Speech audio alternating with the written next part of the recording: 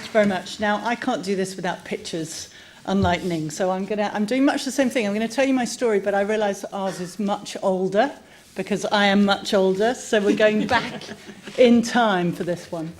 And I think I deserve enormous praise and enormous, I don't know, I think you should probably just put me up on your number one icon here, very few people would put that picture of themselves out. Look at the shorts, look at the hair. Okay, so, you know, I'm the bravest person here, and somewhere there it's a video, and I ought to be able to click it. Okay, so this was the family holiday. There you are, not bad. And those were the twins that went on the family holiday. Now, they were supposed to be in the creche, but the creche was described by the people who worked in the creche as like World War III, and none of the parents were able to use the creche. So it was a fairly simple light bulb moment for me, which went something like, I wish I had known before I packed those bags and gone to this ridiculous so-called family-friendly resort halfway across the world in the wrong time zone. Quite frankly, with the wrong children as well. So there we are. That was the... Oh, here we go again. Moving on. Let's not see any more of those shorts. So the problem that I think we were trying to solve, it wasn't just family holidays. It was the whole arena of parenting. It's probably... How many parents in the audience? Hands up if you're a parent. Okay, so quite a lot of you are parents. And clearly it's an important thing. Probably the most important thing we do. But we don't get much training, do we? I mean, you know, you can't really go on too many bits of training for being a parent. You're just dumped in it with these very precious bundles, and you're pretty much terrified. Now, in my day, back in 2000, this was the parenting sort of advice arena. It was mostly men. It was mostly experts. They mostly were doctors. And I think the internet offered something else for us. It offered the ability to consult with other people who'd been there and done that. People who'd been to that family holiday resort and could have told me not to bother. So the idea was to produce the next generation of parenting advice. Now, I've just checked this slide, and it goes quite quickly. So everyone, be on your mettle. There it goes. I think that was the Starship Enterprise. So, you know, clearly I've been on the booze the night before when I put this together. So I got back home, and the idea still seemed to have some kind of coherency. So I needed some people to do it with. Now, much as Ning said, some of the motivation for this was to find a working environment that didn't feel like some of the working environments I'd previously been in. Nadine and I were discussing, I was a sports journalist before I did this, and we were discussing, and so was she, and we were discussing the perils of sports journalism if you were a woman, particularly if you did football. It wasn't particularly family-friendly, shall we say. Most women who were involved in this, and previously I'd been in the city, had to pretend their families didn't exist if they wanted to get on. And I wanted to rope in a friend, and she'd been a TV producer, and she basically wanted work-life balance, which she hadn't seen. So I promised her we would hold all our meetings in the hot tub. And we did hold one, because the local gym had a hot tub. But the papers got very soggy, so we never tried it again. But still, I managed to find her, and I found another friend of mine who'd done a bit of coding on the side, and we were away. And that was it. I mean, actually, it's a bit cheaty. That's about 12 months, well, probably about 8 months after our beta. And that was the website. And those of you who know Mumsnet will know it hasn't changed that much in 16 years. Yeah, same idea, really, very text-heavy. We had a simple mission. And the mission hasn't changed either. We are essentially here to make parents' lives easier. We're very clear. We know what we're doing. And it really helps, I think, in the sort of spirit of trying to give a tip. If you have a value and a mission, then you really, every time you get in difficulty about whether you should do this or that, you can go back to your mission and say, okay, this is what we're here for, and does it fit with that? And often it helps me make quite a few sort of yes or no decisions. So it was a long time ago. Concord was still around and not doing all that well, as you can see. Tiger Woods had just started and, you know, was everyone's great hope before he fell from grace. Ken Livingstone had just been elected mayor, and there is Mark Zuckerberg. Now, cheated a bit, I have to say, because he probably wasn't in short trousers. He was 15. He might have been in short trousers, but I think he looked a bit older than that, just a bit.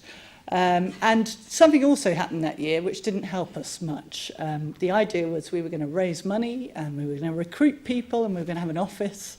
But unfortunately, the internet bubble burst. If you remember a company called Boo.com, does anyone remember that, a fashion retailer?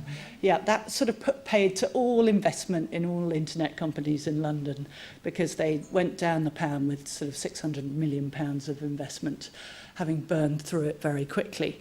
And we couldn't raise any money. I went and did the rounds, and I remember a German guy who said to me, "When you fail, you can come and work for me." And I was very pleased to see 2 years later his company went bust. So we decided to, at home, grow organically by word of mouth. And as you can see, we had a fairly slow start. This is a graph of our users. We sort of plodded along doing very little while basically, people were on dial-up. It was quite hard to use Mumsnet or any other website. I was an early adopter of websites. I used to do my online shopping at Tesco's. It took on average about 4.5 hours to do my shop. But I was so allergic to supermarkets, it was worth it. But luckily, we did eventually get some traction without money, all by word of mouth, mostly from my back bedroom. And then we started to get a little help from various things. In 2006, sort of UK's most famous parenting expert at the time decided to sue us. So my other top tip, get sued, because we got a lot of publicity from that. And that graph there, which is a bit naughty of me, really, but I show it anyway. Hopefully no one will tell anyone that I show it. It's Google searches. The red line is Gina Ford, this guru who sued us. The blue line is us. The spike is where she sued us. So it's, again, it gives me a bit of heart. But I mean, she sued us for lots of things. One of the comments on the forum that she took exception to was one that said she straps babies to rockets and launches them to southern Lebanon. So I'm not quite sure she was annoyed about being an Israeli or a terrorist. I don't know. I never decided.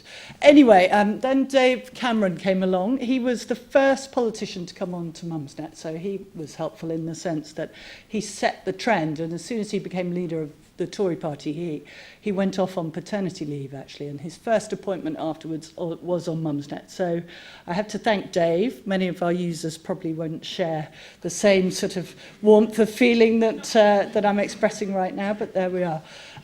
Which brings us to the Mumsnet election in 2010. We sort of became inundated with politicians, really. It was seen as a rite of passage. They wanted to talk to women who they thought were floating voters. And on Mumsnet, they sort of understood us. They're all mums. It's not like going on Facebook where you could be talking to anyone.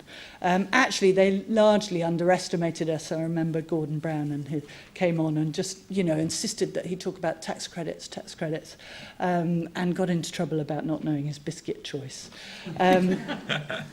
But we realised we had influence, so we thought, if we have this influence, we really ought to be using it. And luckily, our users really could set the path for us because they cared about lots of issues. So we took up the mantle with various campaigns. We've campaigned on everything from making the UK more family-friendly. We've got a family-friendly job site. We've campaigned on better miscarriage and better provision for special needs kids in the country. So lots of things. So this coming to the sort of key, how do I think we're different? Why did we sort of grow when others sort of around us, and there were quite a lot of parenting sites started actually when we started. Others didn't grow so fast. And I think it comes down to, really for us, this one thing. Our users for us are the heroes. We were a site for mums. We weren't a glossy site about babies. We were about the people who used us. And I say sorry, Mylene, because, it's sort of anti-celebrity. Again, that was quick, wasn't it? Not Mylene Class. I have nothing against Mylene, lovely woman. But I don't think what she thinks about parenting is nearly as useful as the wisdom of the Mumsnet crowd. So we are all about the voice of users rather than celebrities or that one doctor expert who may have some great things to say, but it may not work for you. And Mumsnet is also sort of almost kind of uniquely in the sort of internet culture, really dominated by women. It's a very female space, as you'd imagine, and our users really value it for that. They feel they can be more honest and sort of, let their hair down, as it were. It's trusted. Roughly 4 out of 5 of our users say they would buy a product if it's been recommended on Mumsnet. Others wouldn't go and buy any product without checking on Mumsnet first. And there's just a little picture, I'm probably going over time, shout at me if I'm being too long, of this thing called baby bottom butter, which makes me laugh because necessity being the mother of invention, a Mumsnetter had found her skin a little bit dry, so she slapped on her baby's bottom cream and reported these miracle results. And, you know, before we knew it, it was £2.49. It was selling on eBay for £15, this stuff. And the Daily Mail loved it and wrote about it endlessly. I eventually got to try it. I thought it was a bit greasy, but there you go. So Mumsnet, you know, they come back a lot. The site's very sticky, and this does make us very different to the other sites in our market and the women's market. They keep coming because they're not coming for one bit of advice. They're coming because it's a community of women like them, and a lot of them still come after 5 years. So it's once they're through the baby years, they're still interested in coming and seeing their friends. And it's big. We're big now. We've got, I think Nadine said, we've got lots of people coming. So what is it all about? For me, it's all about what you believe in. It's about the things that matter to you, your vision, your values. If you have that, then you know where you're going and where to cling on to. So we've always put purpose before profits. We've believed in listening and engaging and freedom of speech and the wisdom of our very wise crowd. So hang on to what you believe in because it really helps. And so we're back to why we're here. We're here to make parents' lives easier.